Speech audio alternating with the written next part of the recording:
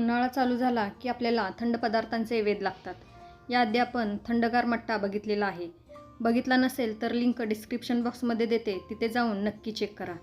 आज आपण आणखीन एक असंच थंडगार पदार्थ बघणार आहोत. ते म्हणजे पाचक पित्तशामक सोलकढी. ही सोलकढी मी अगदी पारंपरिक पद्धतीने बनवलेली आहे. बनवायला अगदी सोपी आहे. नमस्कार, मी स्वाती तुमचं आपल्या टेस्टी किचनमध्ये खूप खूप मनापासून स्वागत करते. आज आपण आपल्या किचनमध्ये पाचक पित्तनाशक थंडगार सोलकढी बनवत आहोत. चला तर सुरुवात करूया. सोलकढीसाठी आपल्याला नारळाचं दूध लागणार आहे. त्यासाठी मी इथे एक ओला नारळ फोडून घेतलेला आहे आणि त्याचे असे तुकडे करून घेतलेले आहेत. आता हे तुकडे आपल्याला मिक्सरच्या भांड्यामध्ये घालायचं आहे आणि या नारळाचं आपल्याला दूध काढून घ्यायचं आहे. हे सर्व तुकडे मी मिक्सरच्या भांड्यामध्ये काढून घेते.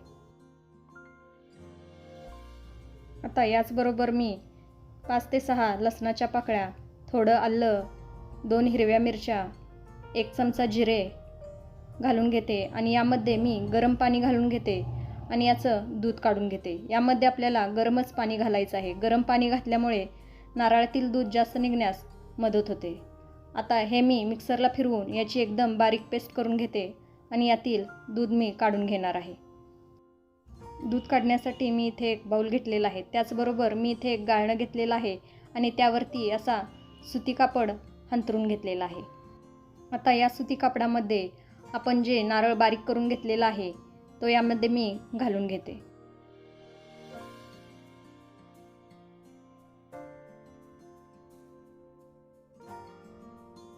हे सर्व घालून झालं की कपड्याचे 4ही टोक आपल्याला एकत्र करायचे आहेत.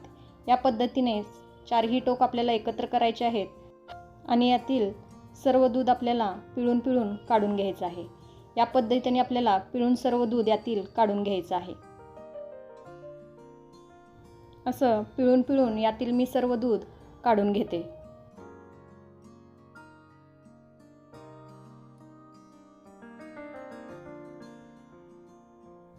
सर्व दूध काढून झालं की हा उरलेला चोथा आहे हा परत आपल्याला मिक्सरच्या भांड्यामध्ये घालायचा आहे. यामध्ये परत पाणी घालायचं आहे आणि याला परत फिरवून घ्यायचं आहे. हे फिरवून झाल्यानंतर आपण सुरुवातीला जी प्रोसेस केली होती ती परत करायची आहे. याला आपल्याला कपड्यामध्ये ओतून घ्यायचं आहे आणि 4ही टोक एकत्र करून यातील परत आपल्याला दूध काढून घ्यायचं आहे. 4ही टोक एकत्र करू आणि यातील परत दूध आपण पिळून पिळून काढून घेऊ. ही सेम प्रोसेस आपल्याला 3 ते 4 वेळा करायची आहे. फक्त प्रत्येक वेळी आपल्याला यामध्ये गरमच पाणी घालायचं आहे.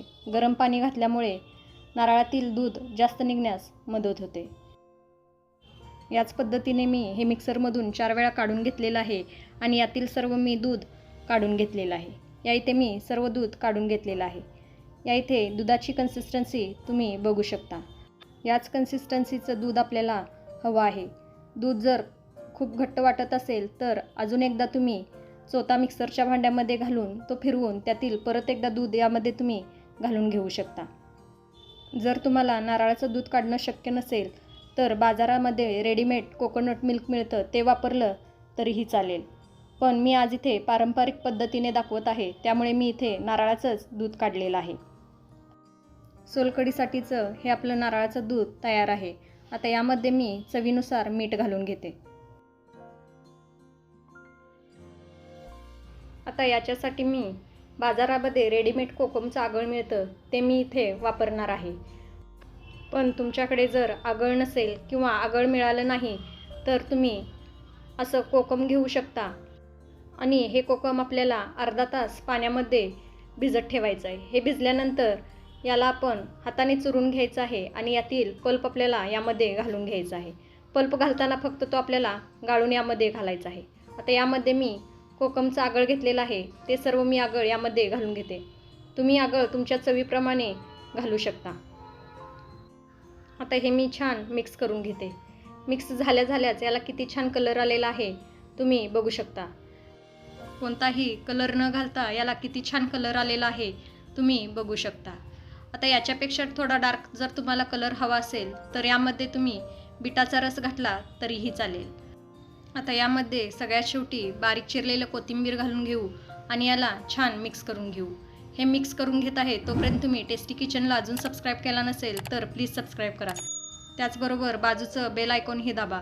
त्यामुळे माझी रेसिपी जेव्हा अपलोड होईल त्याचं सगळ्यात पहिलं नोटिफिकेशन तुम्हाला मिळेल. ही तयार झाली आपली सोलकढी. ही सोलकढी मी फ्रीजमध्ये 1 तास थंड होण्यासाठी ठेवते आणि नंतर सर्व करते. या इथे मी सोलकढी 1 तास फ्रीजमध्ये थंड करण्यासाठी ठेवलेली होती. हे छान थंड झालेलं आहे. आता याला मी ग्लासमध्ये सर्व करते. त्यासाठी मी इथे एक काचेचा ग्लास घेतलेला आहे. आता यामध्ये मी ही सोलकढी घालून घेते. ही तयार झाली आपली पाचक पित्तशामक थंडगार सोलकढी. कलर किती जबरदस्त आलेला आहे तुम्ही बघू शकता. आल्याचा आणि मिरचीचा सुगंधही या कढीला खूप छान येत आहे. ही सोलकढी तुम्ही जेवणाबरोबर, जेवणानंतर, जेवणाआधी किंवा उन्हातून बाहेरून जाऊन आल्यानंतर पिऊ शकता.